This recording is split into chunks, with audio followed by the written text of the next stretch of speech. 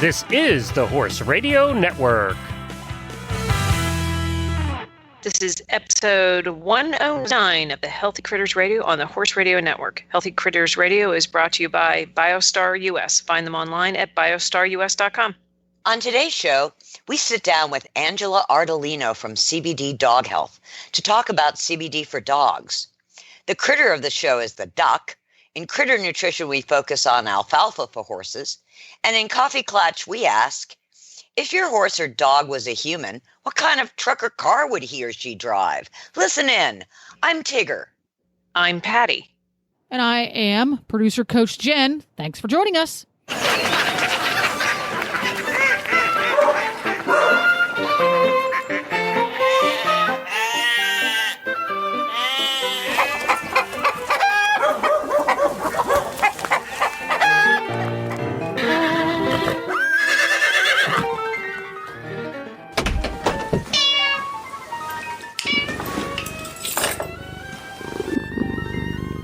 So I have an announcement. I'm about to break my Virgin Zoom experience. Oh! Really? Major Yeah. Zoom voyage. What are you going to do? Yeah, this is big. So next Tuesday, that's May 12th at 7 p.m., I'm hosting a Zoom question and answer, Biostar Zoom question and answer with Tigger. And my main topic is demystifying probiotic supplements. Whoa. Oh. Q&A with Oh, Tigger. that's cool. Yes. Q&A with a little, we'll talk about probiotic supplements and try to make it easier for people to read the labels and what are they actually giving their horse and what to look for. And then open it up for any other questions that people have been wanting to ask me. So That is pretty cool. And the date, I'm a little scared. Yeah. Yeah. The date again. And the date is Tuesday, May 12th at 7 p.m. And to find out more information, you can call our 800 number, 800-686-9544, or we will be sending out an email alert this coming Friday. And if you didn't get that, definitely call the office and ask for the link. Cool. And if you're on the Biostar email list and get the newsletters, you'll get it? Yeah, absolutely. Cool, because I'm on the Biostar newsletter. And if you're not, you can jump on our website, biostarus.com, and sign up for the newsletter. There you go. And it's very informative and fun, yes. And now I know, Jen, you have a question that you're just dying to ask I us. am. Yeah, I'm dreading this about as much a as little I'm bit. dreading I'm a little Zoom. bit. Yeah, a little bit. Mm-hmm. Are you a little bit worried? A little bit stressed? Yeah. Yeah. Well, it's not stressful at all. This past week, here in Central Florida where I live, most of the horses are pretty well shed out. Hello, spring gets here really early. And my OTTB, Nigel, has an extremely thin hair coat, so it doesn't take him much to get shed out. But his mane and his tail, a Shetland pony would be proud. Oh, wow. Yes, there's a lot of it, and it grows incredibly fast. And I was looking at the mane, which had grown halfway down his neck again, and dreading having to do something with it to keep it neat and reasonably short. I primarily ride English. I like the look. Yeah. Well, I didn't have a lot of time to fuss with his mane. I really would rather be riding my horse than playing with his mane, despite the fact that I love a beautifully pulled mane. So I got the clippers out, and I gave him a buzz. And he actually looks kind of cute in it. He looks like if Arnold Schwarzenegger shaped polo pony. He looks really cute. But it got me to thinking, what are your main maintenance procedures? What are your go-to? This is how we do it. This is the best way to do it. This is how I hate it to happen. That's what I'm curious about. And I'm going to start with Patty, because Patty, you're a competitive rider, so your options are limited. Yeah. Well, and being a big, PRE rider, a lot of times people like to keep their manes long. It's just funny because this has been such a recent topic of discussion because I've got a couple clients that are like, oh, wow, I know that you used to ride, all those stallions. What did you do with their manes? Well, my husband, my sweet husband is the one that used to braid them and did a great job. I personally could never do it. And I can't ride with their manes long, so I like them to be short as well. So, we would just braid them. But as far as my other horses that I have, for the longest time, I'm really big on, twice a month kind of cleaning their manes up and making sure their bridle path is done, blah, blah, blah. But I had a couple horses that when you would pull their mane, they would like bleed at the base of their crest. So I stopped doing it and I started cutting it. And so I cut it. I'll actually cut it. I will cut it. I like to leave them a little longer, but I'll cut it and then I'll go in and kind of make, with like thinning shears to make it not look so blunt. But that is actually what I do. Do you keep it about what length is ideal for you? I like it a little longer because I really hate when their manes flop over on both sides. I like it to be very neat that way. Yeah. So I am a big advocate of having it like a little bit longer so it can stay on one side. So cool. I would say probably my full hand's width. Oh, that's not real long. That's not a particularly especially long. Well, it's long. Yeah, it's longer than what I used to. I used to be real, really just like 4 fingers. Yeah. But I like a little bit longer. Now, when you braid for competition, what type of braids do you like to use? I just like the big old fat Dutch braids. Yep. Yeah. Mm-hmm. Didn't know if you went with those snazzy all the way down their neck kind of fancy schmancy braids that years ago. It was such a thing that we used to do. But then I don't know, Tigger, do you remember when the Dutch braids became a big thing and we were all like, oh my gosh, because I used to do the hunter braids and I would try to get as many in and I'd do the white tape and it would take forever. I now in 15 minutes can have those. But I'm like real big on the horses being comfortable, especially when they're in competition. So, I always insist that the braids come out as soon as they're done. I know a lot of people get their horses braided for the weekend, and I think it's cruel because I know what it's like if I keep my hair braided too long or whatever, or a ponytail too long, I can't even imagine what it must feel like to a horse. And especially, if you can pull their manes and it can bleed, I can't imagine how uncomfortable it is. So I like to get it right out, So I do rubber bands. Okay. They go in, they go out. Mm-hmm. I make them snug, I make them look good, but I make sure they're comfy. Cool. So. How about you, Tigger? Well, I was very spoiled because I had a fantastic groom who came from the hunter world, and she did phenomenal braids. And they weren't hunter braids, but on my particular horse, he had such a beautiful neck that the way if you did the button braids, it wasn't as beautiful as her dressage hunter braids. Yeah. Well, different types of braids make different types of necks look good. It's just absolutely. A hairstyle, sure. And she'd make the rosette, but she did it the old-fashioned way by braiding down with yarn and tying it and then tying it up and wrapping it. So, because I am the world's worst braider. In fact, I would dare say Jim Coford and I win the award on flunking pony club braiding. Yeah. Yeah. So, I can do it in a pinch, but yeah, I was very lucky to have a really good groom who was really good at it. And Lion had a very easy mane. It wasn't a coarse mane. It was a very soft mane. So it was really easy to braid. Yeah. Mm-hmm. Now, for pre-braiding, wash before or not? Oh, I'm a no washer. No wash. How about you, Tigger? I'm a washer, but no conditioner. No conditioner. Okay. Rubber bands or yarn or thread? Yarn. Rubber bands. You're a bandy gal? Okay.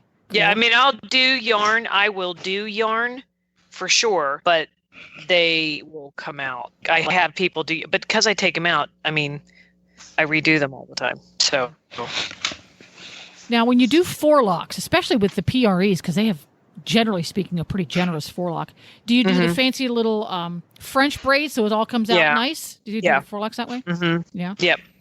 Mm-hmm. Okay, Yes. final question on mane maintenance. Mane tamer, the funny little neck wear that they wear or not? Uh-huh. Yeah? How about you, Yeah. Patty? Put No. your- I mean, I used to do that, but you mean in tamer after you have the braids in? No, just to Is make that it what you- lay flat. No, I you know what I used to do years ago, and again because starting to let their reins grow a little bit longer, I will braid them over and hold them. I used to take after I was done riding, and they were still, cooling off, and generally, obviously, in the summer, is I would just take a towel and get a blanket clip, and Yep. let it sit on there and Yep. cooling off. Yeah, Yep. just I'm throw sure a I towel learned. over their I'm neck. sure I Yeah. learned that from Cindy. I'm Cindy. sure I learned that from Cindy. Yep. Yeah, that's a handy one. Cool. Well, I was just curious because I have not shaved a horse's mane off like that since I was just a little itty bitty kid riding around cloverleaf barrel patterns on a little fat handy down pony. But I love a beautiful mane that's neatly kept and it all lays on one side of their neck. And Yeah. Nigel's this is especially pretty because he's just got the tiniest little bit of dark brown mane in his hair and his mane. He's a chestnut. So it's really, really pretty. And it made me so crazy every time I rode him to see it flapping around. He looked like, what's the comedian's name? Carrot Top. He looked like Carrot Top. It was Oh, yeah. awful. So I said, oh, heck, just clip the sucker off. And I discovered something. The center of his mane is darker colored than the edges. Oh wow. Like a Yeah. dorsal stripe. And his body doesn't have it, but his mane does. So I don't know if it's because of the sunshine factor or what it is. So it'll be interesting to see what happens when it grows out. And if you all out there in listener world have interesting ways that you keep your horse's manes beautiful, whether you ride English Western or not at all, we would love to hear about it. And how can they tell us about it, Tigger? Send us a postcard. Biostar US, 1 Cleveland Street, Suite 800, Gordonsville, Virginia, 22942. And I'm thrilled to have on our show today Angela Ardolino from CBD Dog Health. She also has a podcast called It's a Dog's Life, and that's actually how we met. She invited me to come on her podcast. And we had such a good time that I thought, well, let's bring the party over to Healthy Critters. Yay! Yay! So welcome to Healthy Critters, Angie. And Thanks for having me. let me just tell our listeners that Angie has done something really interesting with CBD. And I think if you're like me, as much as we believe in CBD, going out into the market and trying to find CBD for our dogs is like a giant expedition because there's so much on the market and it's hard to read what the labels really mean and what dosages mean. And do you want an isolate? Do you want full spectrum? It's for the average consumer, it's overwhelming. And what I think Angie has done so brilliantly is on her website, which is cbddoghealth.com, she has made it really easy for us dog owners to go to her website and find the CBD that our particular dog needs. And I really kudos to you because it's so difficult wading through everything on CBD. So without further ado, tell us how you got involved in CBD and hemp.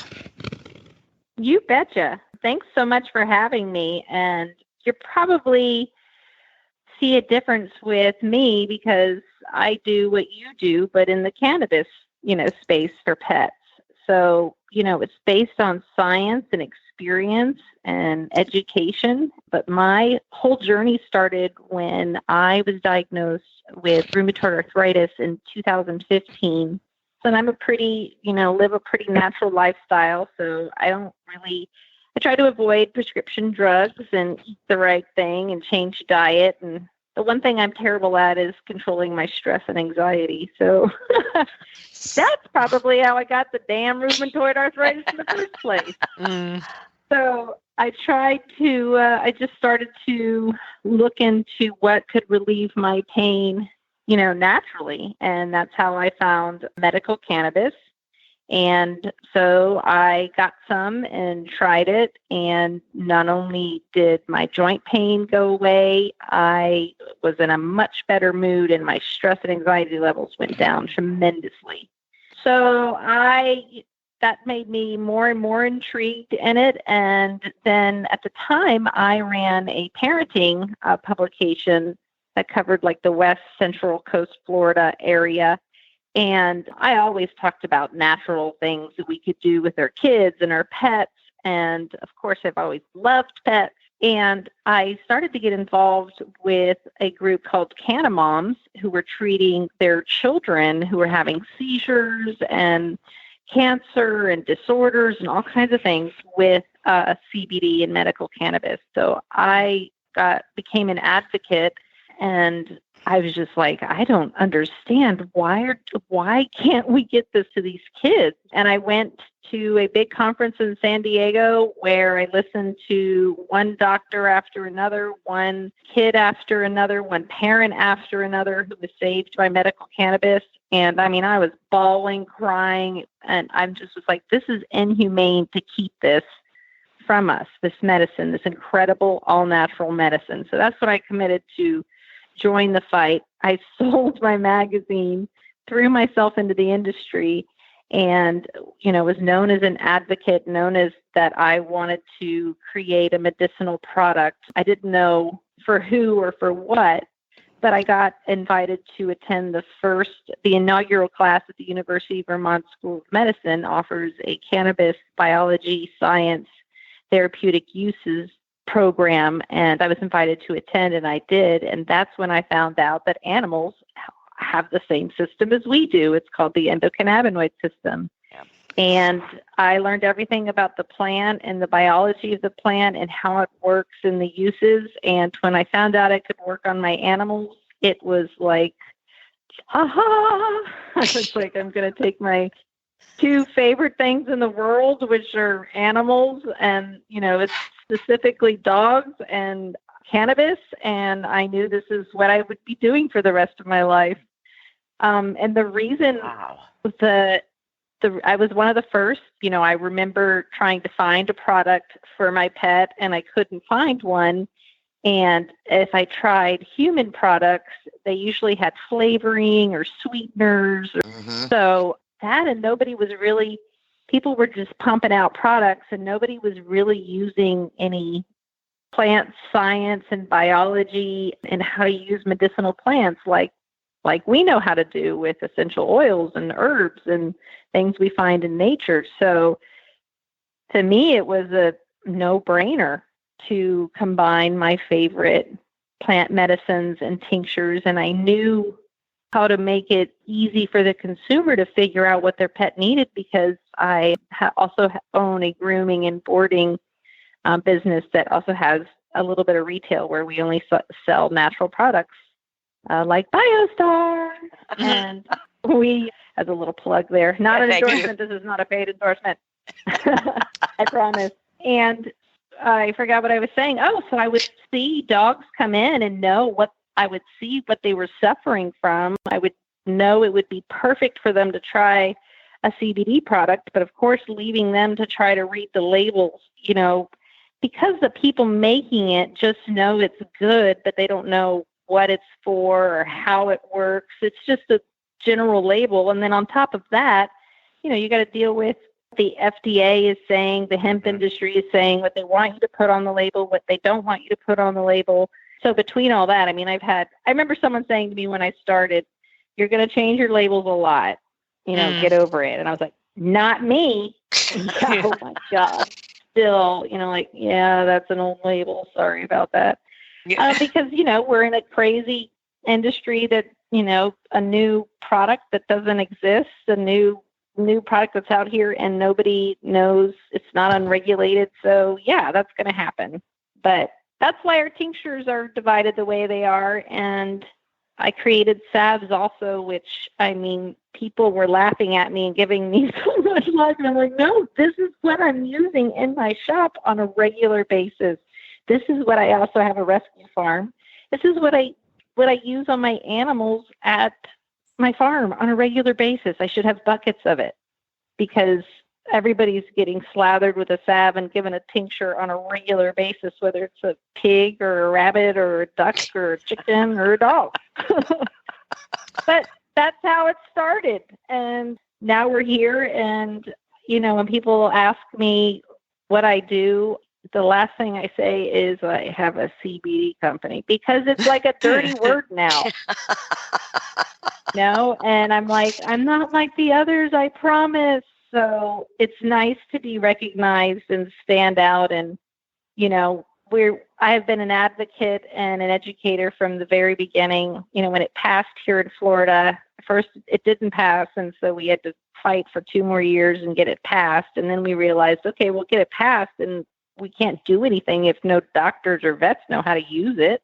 So I held conferences. I've trained hundreds of vets and medical doctors now on how to use it. And so that, patients could find doctors and patients could find vets that actually knew a little bit about it. And now, here we are. We're still doing it. We just came back from a tour of the West Coast where we, educated. It's awesome to go back to California, which is where I kind of started my education. So I've grown, learned, worked in the industry in both California and in Canada.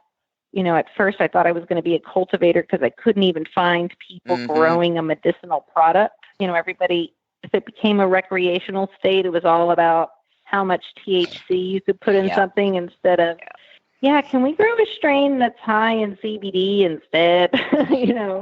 And then the Farm Bill came along. And the Farm Bill made it a lot easier, and that's when we were able to launch our product. So even though I created it in 2016, I had to wait till 2018 to launch it.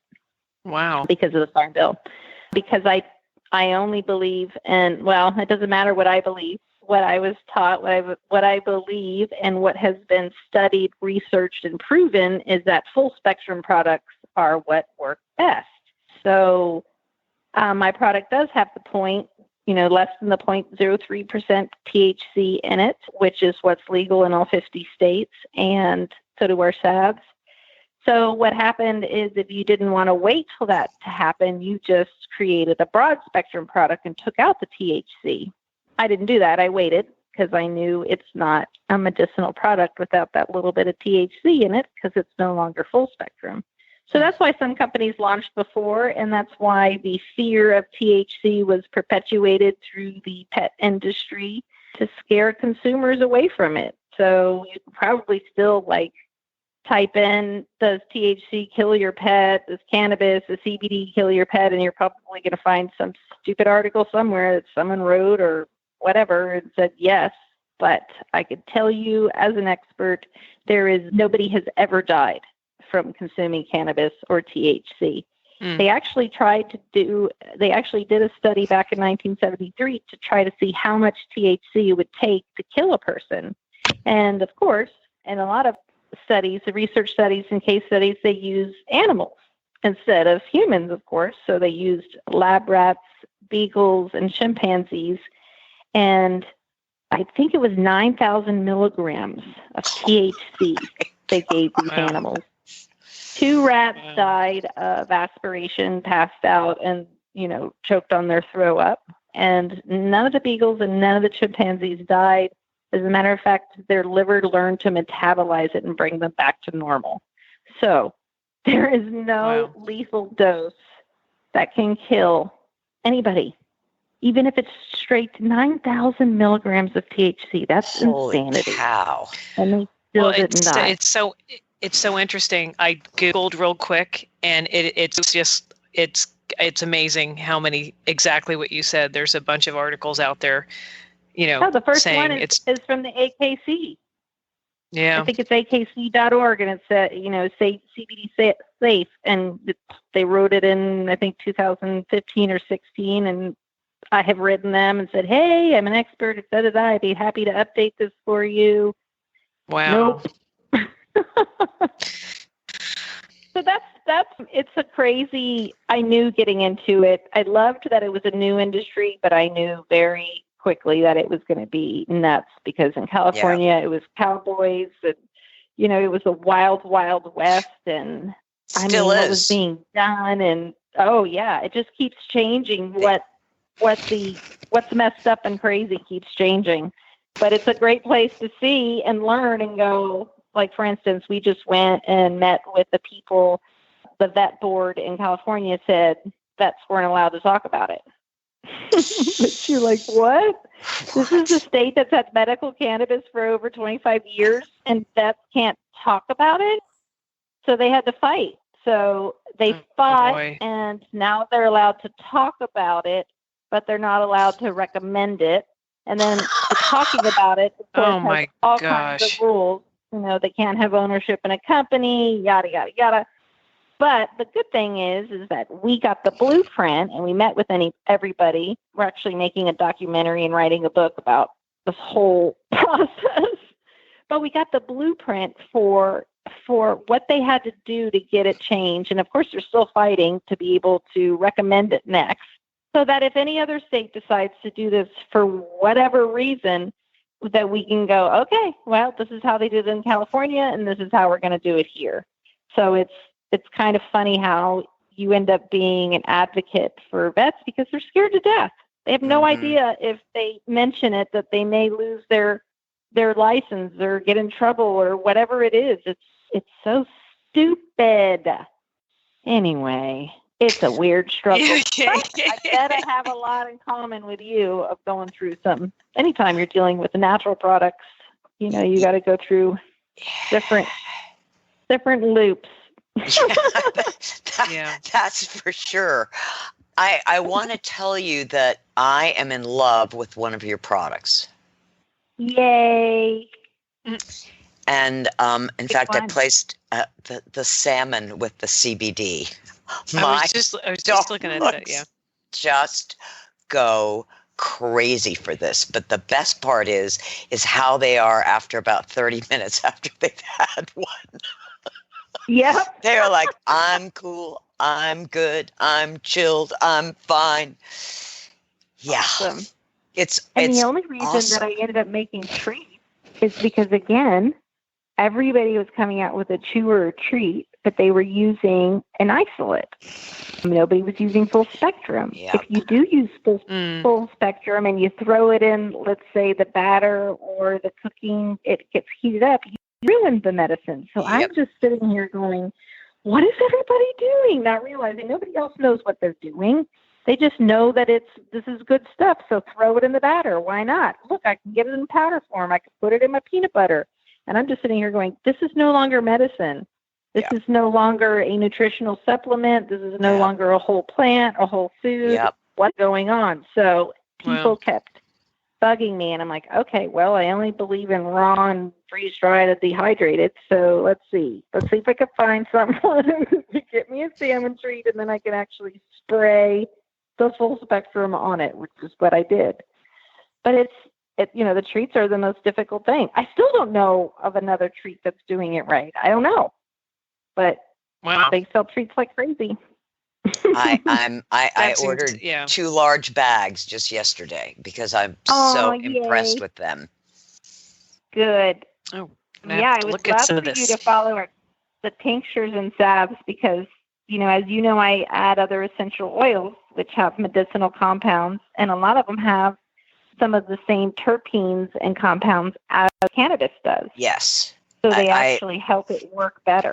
I've got one dog on Ease, which is with the turmeric and frankincense. Yep. And it's taken a few days, but today is the first day I really started seeing an improvement. Right. It is a gradual. Great. It's a much lower dose than like the Heal is. So good. Right. I'm glad. And I usually like the taste of that one. Yeah, I just put it right in his food. Cool. Well, we like putting it on their lip. Under their lip, onto their gums, so it goes right into their bloodstream. Yeah, he's not so crazy about that. Yeah, you could put it in their inner ear also. Oh, wow. Oh, interesting. Okay. And the thin skin in the inner ear, if you rub it in there, it also can get into the bloodstream nicely. And in cats, you can rub it into their paws. and it goes into their bloodstream in between their toes and their little paws. Yeah, I should mention that you do the wow. CBD tinctures for cats as well. We do, and for horses. Oh, wow. Okay, cool. Not too long ago, let's see, I guess it's about 2 months now. Oh gosh, no, 6 months now ago, my neighbor, I was in California on the Healing Naturally tour, and my neighbor texted me and said, my donkey has colic and the vet's here about to put it down, but I thought I'd text you first. And I said, well, I'm glad you did. And I texted my boyfriend and I said, hey, run over there with a bottle of Heal to give to the donkey. And we gave it to the donkey, and literally the vet was there ready to put him down. Kids are crying, everything. Donkey got up 8 hours later, passed a big old poop, and still alive today. So I saved my first donkey the other day. And Wow. Wow. Because I had no idea how to dose. I didn't know anything. Honestly, what I do is I don't want to see anything in pain or suffering. Yeah. So Yeah. whatever's going to happen, I know nobody wants to see their animal in pain. So it's the first thing I go to, because I'm like, I know it's going to get rid of inflammation. It's going to calm them down, and it's going to relieve the pain of whatever is happening. Yeah.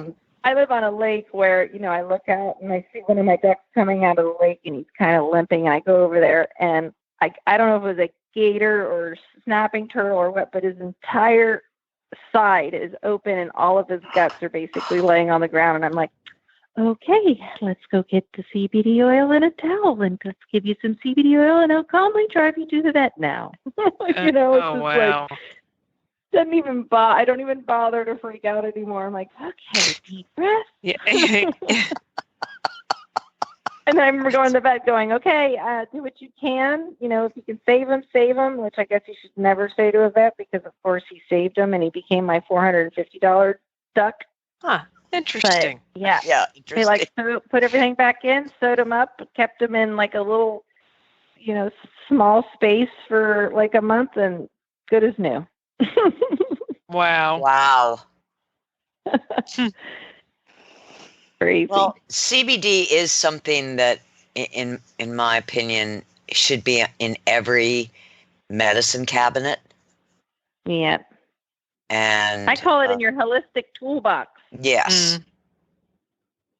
I also think every senior pet and person should take CBD, because we all have inflammation and joint pain, and everything starts to change, and I think it's the perfect supplement to add to your pet and yourself's regimen, because it really does. It just really relieves anxiety and stress and inflammation. And on my rescue farm, I get a lot of old senior dogs that either are given up or their owners have to give up because, they're so expensive and they have all these issues and problems and prescriptions, or they've taken them to the vet and they've tried everything and they can't anymore. And the pet they take it to the vet to be put down, and I get the pet and I have nothing to lose. And I take them off everything that's, synthetic and a prescription, and put them on fresh, raw, and do everything naturally. And I've watched one dog after another's tumors come off, explode, dry up, go away, lose weight, come back to life, start to hear again, run around, look up into my eyes, just completely thrive. They're totally going backwards. We call it Benjamin Button, because they literally start becoming more puppy-like again. And that's mostly because they're not feeling any pain or discomfort anymore. And when you don't feel that, you come back alive. And when inflammation goes away, it also opens up the communication between whatever was blocked between, let's say it was the spine and the brain, and says, hey, I'm alive. And they want to get up and run and do all the things that they love to do that they didn't do before because they didn't feel good. Well, the endocannabinoid system is, to me, one of the many marvels of nature. Yeah. The way that system works. It is amazing. And what I think is important is that it's not it doesn't cure all. It's not a save all. Nope. It's a system that helps your body stay in homeostasis. So, yeah. Yeah. So if your body is off and you have a deficiency in your endocannabinoid system and you feed it with a full spectrum CBD product, it fills those deficiencies, help brings your body to homeostasis, and then the healing can begin. But you have to say, if it's your pet, okay, do I need to change my diet? Because the immune system lives in our guts and our pet's gut. So if we don't fix our gut, then the issues are still going to keep popping up. So a lot of times you have to go, okay, time to add a supplement, time to change the diet, time to look at the diet in case you're still feeding a kibble diet, look at adding fresh and raw or just going fresh and raw. Yep. Because, we have a joke here at the farm that right now we have 11 dogs, and I want to make, one of those signs that you see at construction sites. It's been this long since there's been an accident. I want to say, it's been this long since we've gone to the vet, that we've had to go to a vet for any reason. And it's because these dogs now have immune systems that help them keep healthy and fight off. I mean, the things I watch the dogs' bodies do is amazing when you let them do it and when you support it. Yes. So I love watching it. It's almost kind of become a weird thing that I love. I'm like, yep, old, decrepit, yep, what does it have? Yep, more it has. Give it to me. I'm going to heal it. I've got confidence now that I've had so much success with just using natural products. Well, Angie, thank you so much for coming on Healthy Critters. Yes, thank you. And sort of demystifying CBD. Okay, we have to find another show to be on. So where can people find you, Angie? They can find me on my website, which is angelaardolino.com, or you could just Google my name, Angela Ardolino. If they're interested in the products that we talked about or any of my tinctures, salves, or treats, they can go to cbddoghealth.com, and they can find both of us on Facebook, Instagram, and YouTube. Woohoo! This conversation was not intended to be medical advice. If your pet needs medical advice, please seek it from your veterinarian.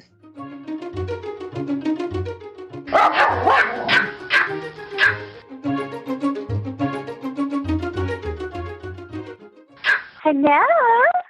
Hetty! Hello, friend. I have been very isolated due to coronavirus. It's so lovely to hear your cheerful tone.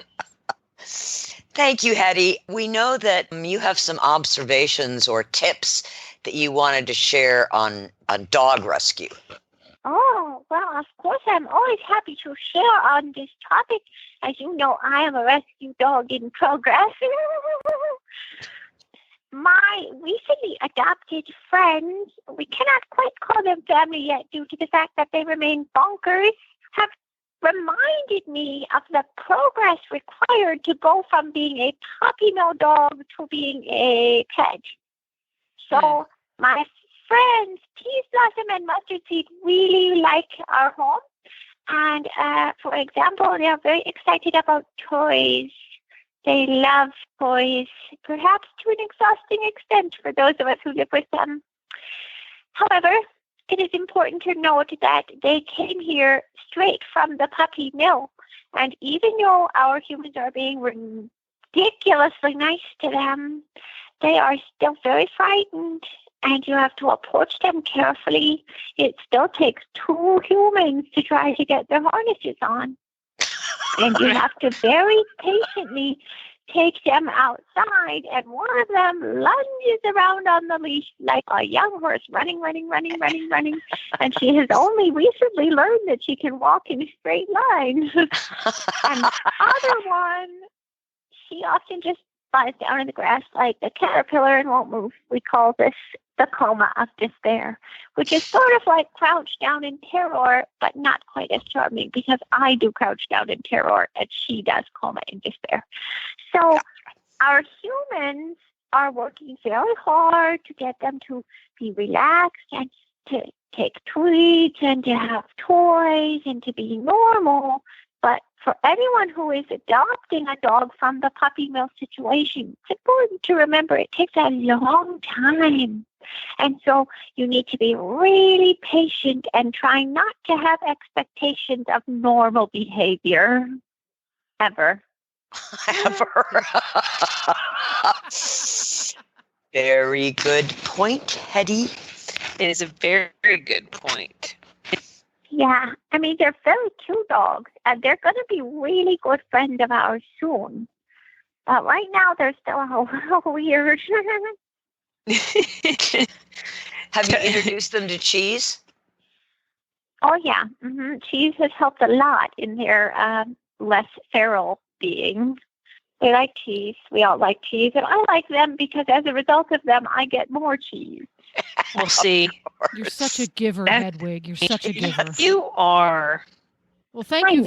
Thank you very much for your advice and for being a patient sibling of the two new fur babies in your family. Mm-hmm. Yeah, and we're looking forward to more updates on their progress. Yep. Yes. Yeah, I think the most recent prediction, they've been here 3 weeks. The most recent prediction was we might be able to get them upstairs in another 3 weeks. There we go. Thanks, Hetty. Bye-bye, Hetty. Good night, all. Thanks, Hetty. Bye-bye. And now it's time for the breed of the show. So I want to talk about ducks. I don't know if you girls have ever had ducks or have considered getting ducks, but I think I've had ducks. Okay. I love ducks. So I want you to hold any. Okay. I think the three of us love ducks. I know that I love ducks. I will tell you though, when you're in a situation where you see baby ducks and you look at how cute they are, it is wise to consider some things before getting ducks. Tigger, you may know this because you've had ducks. I recently have purchased a house and some property and have definitely decided that I want to get some chickens. And I have a lot of people that have chickens. My good friend Tigger has chickens. I have other people that have chickens. And, so you see a couple of ducks and you're like, well, let's pick up some ducks, right? Well, I'm going to tell you, there's some things you should consider. And they are adorable. They are adorable. And I think they actually make really great pets. And from fortunately, the internet can be a great tool in learning things about animals. And that I'm going to suggest that anybody that ever goes anywhere that considers getting ducks or any other animal, always research it first, because you can't just pick up ducks and bring them home and expect to be prepared. So I'm going to leave that story there. I will also preface this by, I didn't get the ducks, and I'm glad I didn't. Not because they weren't adorable and can make great pets. They really, really can. And they have great eggs. But I want to point out some things that people need to think about, which I did not know. What to consider. First off, they're an aquatic, and I'm not talking about specific breeds. There's all different types of ducks. And, so anybody that knows anything about ducks, I'm talking in a very general, point here. So there's different types. They are very social and love routines. And if you raise them from little ducklings, they really bond with their person and can become very, very affectionate. And I think everybody has seen on Facebook or seen videos of how cute ducks can be with kids. And if they're raised right, they can totally be very wonderful pets, backyard pets.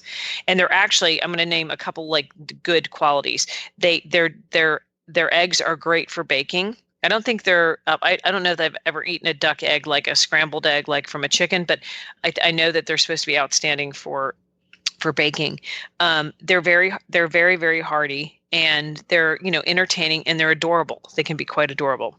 However, I want you to consider several things. One, ducks need water. They're an aquatic bird. We all know that. Duck likes water. But like when you get a duck, you need to consider the fact that they need water to be in, but they also, they mix their food with water, which then can become a little messy. Tigger, would you agree? 100%. Yes, they can be a little messy. And when they also eat a lot. And so the mixing of the water with the food can happen a lot, which then creates what, Tigger? Come on, this is a good question. What if you eat a lot? What does that create? Poop. Poop. Ducks poop a lot. Yes, A lot. they do. They poop a lot, and they're messy, but they're adorable. So what I learned in this is that they that again they're very hardy, which I don't know in comparison to chickens, Tigger, how you would consider them in comparison to. Hey, I mean, interesting. I had Peking ducks, and they were really hardy. Okay. And I have talked to several different people, and they said that, when you introduce ducks and chickens at the same time, they really get along quite well. Would you agree with that? Yes. Good. That's good to know. I want to make sure my sources are correct. Well, the biggest thing is that, that you really do, in all seriousness, need to realize that they do need they're be in and out of water, which that in itself makes it messy. The fact that they mix the water with their food makes it messy, but also can get very smelly, and they poop a lot. So those, you've got to consider, there's actually quite a lot of work that's going to go into them, because you're going to be cleaning out. If they're free range, that's one thing, but they will poop all over, and it probably won't smell as much, but you are going to have to deal with the fact that duck poop is kind of gross. But it's unbelievable fertilizer for I was going to, yeah, right. So that's the benefit, because I'm trying to weigh the pros and the cons, but unbelievable fertilizer. So if you have them in a contained area, you're going to be cleaning out that area at least once a day. Yeah. So, but you can use it for fertilizer. So the other thing is to consider is they talk a lot. They're kind of loud. Would you agree, Tigger? Mine were not. I mean, they quacked, but they were. I didn't find them loud, not compared to roosters. Okay, well, that's a whole other thing. So what I learned from this I was actually I was in Tractor Supply, and I was buying something else, and they had 3 baby ducks left, and I was with my son, who, if you show him something fluffy and whatever, he's like, Mom, we can't leave the ducks. We can't leave these 3 ducks.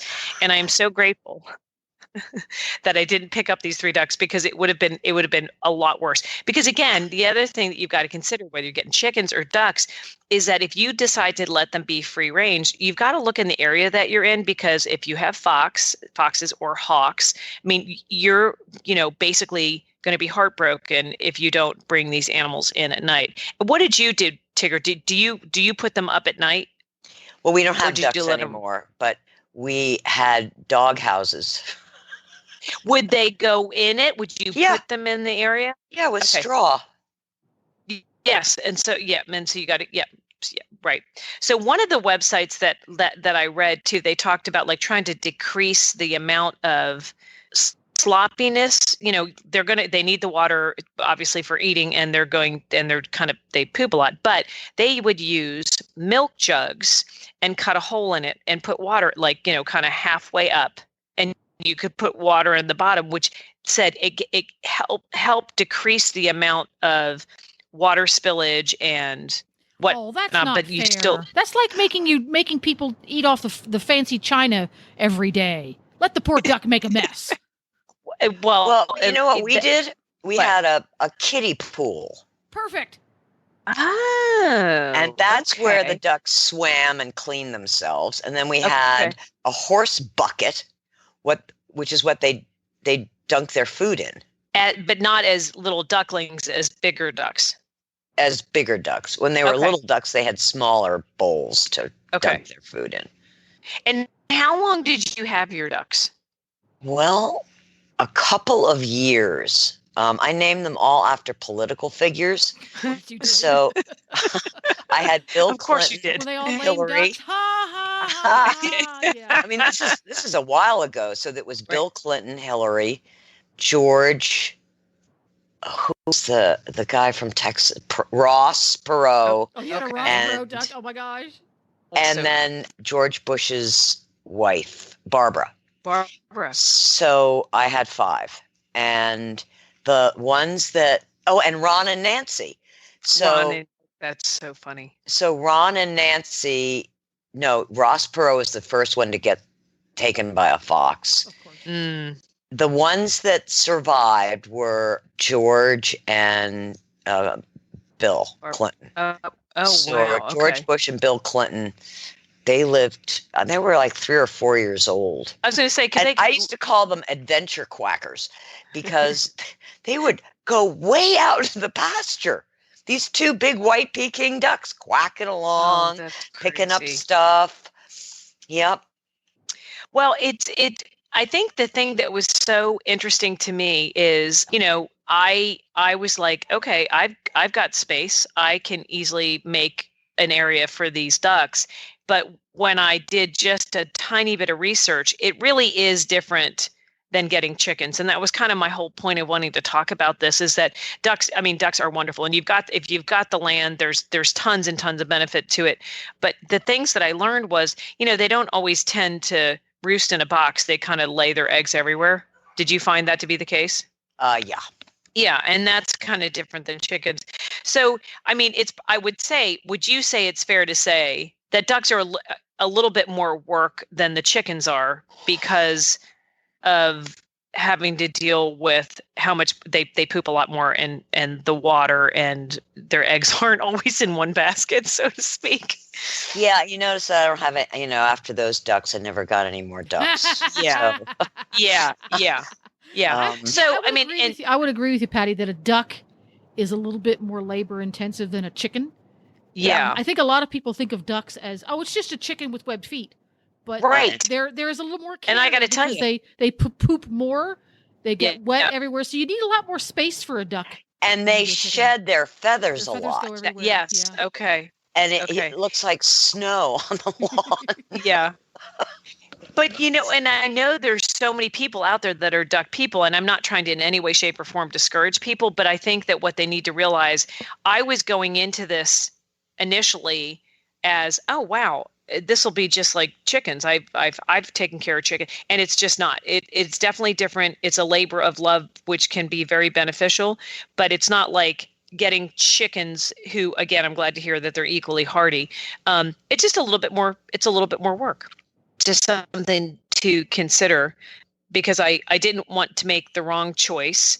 And then, one person's like, oh, well, just get them to a certain point. And then they have, everything here is called a tank, not a pond, like we're used to, Tigger, on the East Coast, but they call them tanks.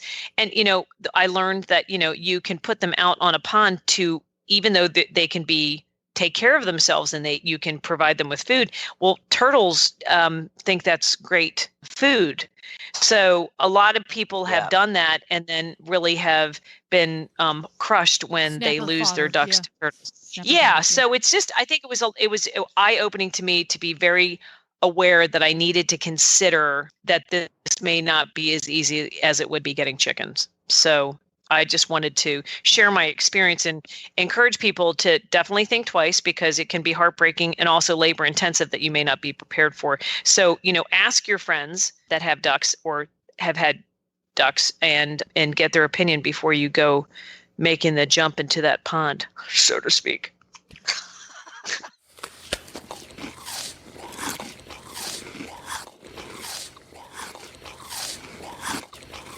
Now we're at Critter Nutrition, and I get a lot of questions from owners and riders about alfalfa. So I thought I would sort of address them on alfalfa hay, cubes, and pellets. What are the differences? When do you use what? Alfalfa hay is 26% protein on average. For some horses, that's too much protein. So when they eat alfalfa hay, they can get a little silly. So for those horses that don't need that much protein, a much better choice is to go with pellets or cubes, which are only between 15 and 16% protein. I've had people tell me that if they feed alfalfa hay, they think their horse, has some kind of reaction to it, because they get silly and high and spooky, and that's the protein. Alfalfa is a complete protein for a horse. That means it has all the essential amino acids. It's very high in calcium, so it's really good for ulcer horses. But not every horse can eat alfalfa hay due to the high protein. So horses that kind of need to avoid this would be horses that are lemonitic, metabolic horses, you'd kind of want to cut the amount of alfalfa hay you feed with a lower protein, like an orchard grass or a timothy, or you might want to just go with cubes and pellets. I use pellets or cubes as a base of a whole food diet. There are advantages, certainly, to feeding cubes and pellets, particularly for older horses who may have a hard time eating alfalfa hay. A lot of alfalfa hay is very stemmy. It's got a lot of lignin, and lignin is, that's what makes a tree strong. So it's not, the stemmy part of alfalfa may not be really digestible for a lot of horses. So sometimes it's just way easier to go with cubes and pellets. Again, you've got lower protein. The cubes you do need to soak.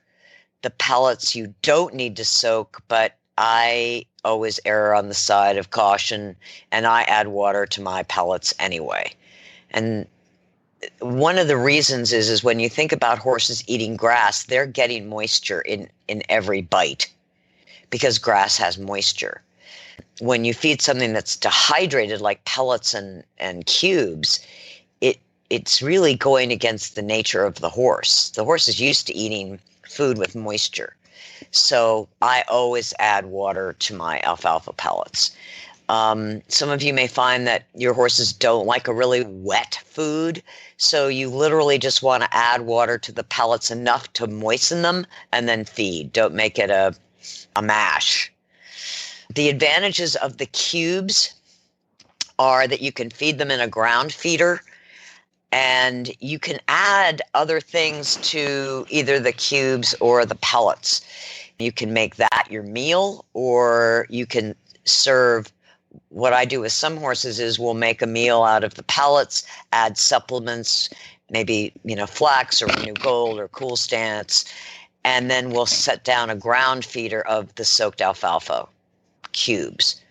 You can mix alfalfa with Timothy cubes or Timothy pellets or orchard grass pellets or orchard grass cubes. Now Stanley's come out with TEFF, that's TEFF, hay in pellets, which is great for metabolic horses. If you've got an easy keeper, it's a little non-intuitive, but alfalfa is actually quite low in non-structural carbohydrates. So the NSC of alfalfa is, between 10 and 11. A lot of grass hays are either higher than that or lower than that. You have to get your hay tested to know, but it's a safe source of protein for metabolic horses, with the exception of a laminitic horse. In the middle of laminitis, you would definitely not want to feed alfalfa hay. You would go with the pellets or the cubes, and maybe you would cut it even more by adding some Timothy pellets or cubes. So that, in a nutshell, are all the benefits of alfalfa. I think it's one of the best foods for horses, and I encourage you not to be afraid of it. My one caveat is we are seeing in these food allergy tests on horses that along with soy, oats, Timothy, alfalfa is also showing up for some horses as an allergen. So if you've got ongoing immune issues, if you've got skin issues that just don't seem to clear up, if you've got digestive issues that you've treated for ulcers, you've done all these tried different diets, it still doesn't clear up, have your horse tested for allergies, and you may find that actually something that you're feeding is an allergen. Real horses and real dogs are healthier, perform better, and recover more quickly on real food. That's why Biostar empowers horse and canine owners with 100% whole food nutrition, supplements, and feeding programs. Biostar products are made at their own certified non-GMO facility in Gordonsville, Virginia, using real food ingredients that are raw, freeze-dried, or dehydrated, never cooked, and are free from artificial flavors, colors, soy, corn, wheat, and molasses. The Biostar product line includes a wide range of whole food, horse and dog supplements, treats, and unique artisan poultices that embrace the ancient and traditional uses of clay and plants. Visit biostarus.com today and learn about whole foods and canine and equine nutrition so you can make the best decisions about the care and health of your horses and dogs. That's biostarus.com. Whole food nutrition the way nature intended.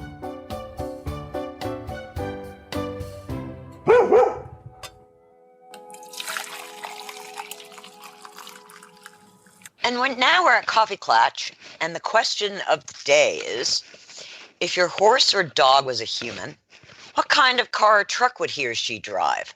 Jennifer? Oh, I got to go first. Yes! If Nigel, affectionately known as Big Lumbering Oaf, would drive a Hummer. Oh, God, that's great. He would drive the original Hummer, and it would be an Army surplus version that he bought at an auction. That gets 1 mile to the gallon. Yes, it would not be the consumer version with all the amenities. Right. It would be the gnarly old one, and it would still have the antenna on the back, and it would be bent. That's what Nigel would drive. Awesome. Okay. Hattie P? Well, I've chosen to pick a vehicle for Angus, who is a French bulldog. And he is, I don't know how many inches high or long, but he's a tiny thing, but he weighs 28 pounds. And Yikes. And this is going to be, I mean, he's a tank. He truly, and he would drive a Mack truck. he just would, because everything about him is bulldogish. I mean, he just would, and he would have like one of those stupid hats on, and like probably a little cigar out of his mouth. But he would drive a Mack truck. Would he have a pimped out Mack truck, or would he have something traditional or classic? Which would it be? No, he'd be like a Peterbilt, completely classic, long nose Peterbilt. None of these sissy things that they're doing now. They're all going to automatics. He's a shifter. Chrome. Yeah, and he'd probably be wearing overalls, and they'd he'd be. And would he have the mud flaps with the little silhouette of the girl on him? No, he's not tacky at all. No, he's not tacky. He's all boy, but not a naughty boy. He's okay. He's all about, he's a motorhead. Okay. Yeah. All right. Tigger? Well, I can't wait to hear which dog she picks. I picked Kemosabe. Okay. Tell everybody who Kemosabe is. Kemosabe is my oldest Aussie. He's 12. And he's probably my most famous. He's featured regularly on the website episode pages for Healthy Critters Radio. So long-time listeners know who he writes books. And he writes books. And he writes books. That's right. Yes. He's a bestseller. So he's a published author. Yeah. He would be a vintage car guy. Ah, okay. And I think his taste would be in, a vintage MG or Jag, a 67E type. Yeah. I was thinking Thunderbird, no? Well, but his pocketbook would probably only be able to afford a vintage Mustang. Okay. He would have the Jag, but it would never run. Correct. Because he couldn't afford it would the be, fixed. Yeah. Yes. It wouldn't have a motor in it. Yeah. Okay. No. Okay. And he'd probably spend his time tinkering around with it. Yeah. Okay. Would be well loved and never leave the garage. Never leave. I think that's awesome. Yeah. Okay. He has a Chevy Spark that he actually drives. No, I would say that he actually probably drives a Mini Cooper. Oh, he's going Mini Cooper because he's cool. Yes, exactly. Oh, boy. Now I want to know what Glenn's horse would drive. Scooter. PT Scooter, the Hackney Pony. What would PT Scooter drive? PT Scooter would have one of those little obscure, generic-looking Japanese cars that has the muffler on it that makes it sound like a herd of angry bees. Oh my gosh! And he would have the woofers in the back. So he has sort of like a muscle car? Oh, no. It's not a muscle car. They have a name for them. And because I'm old, I don't know what it is, but it's a very, very in thing now to take these little itty bitty compact Japanese cars, older ones that are obscure and unpopular, and you pimp them out and you put giant size engines in them, as giant as you can get for a teeny weeny little car, and you put exhaust systems on them such that they sound like angry bees from a Marvel movie. Oh and my then gosh. and then they do something to the tires in the back so that they're chamfered and they kind of stick out funky. And they're the most irritating little vehicles ever because everywhere they go, they make this sound that makes your hair stand on end. And that's what Scooter would drive because his entire life is, how can I irritate the human? Oh my gosh, that is We're hysterical. nothing but play toys to him. We might as well be squeaky ducks. That's what we're here for. Okay. Yeah. Well, please let us know what truck or car your horse or dog would drive, and let us know on Facebook, Healthy Critters, or on our website, healthycrittersradio.com. Thanks for listening, everyone, and thanks to our sponsor, Biostar US. You can find them online at biostarus.com.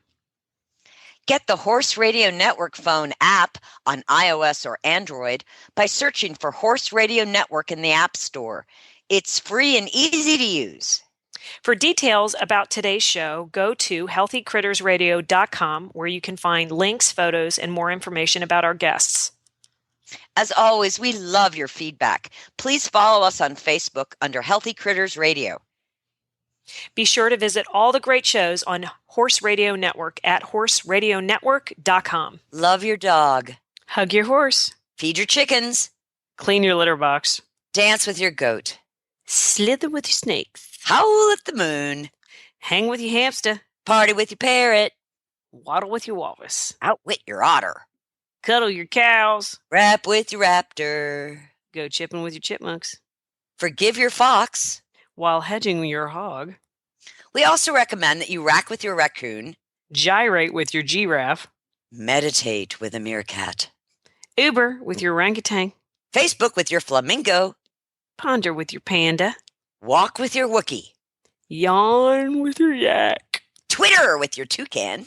Go raining with your reindeer. Dropbox your dragon.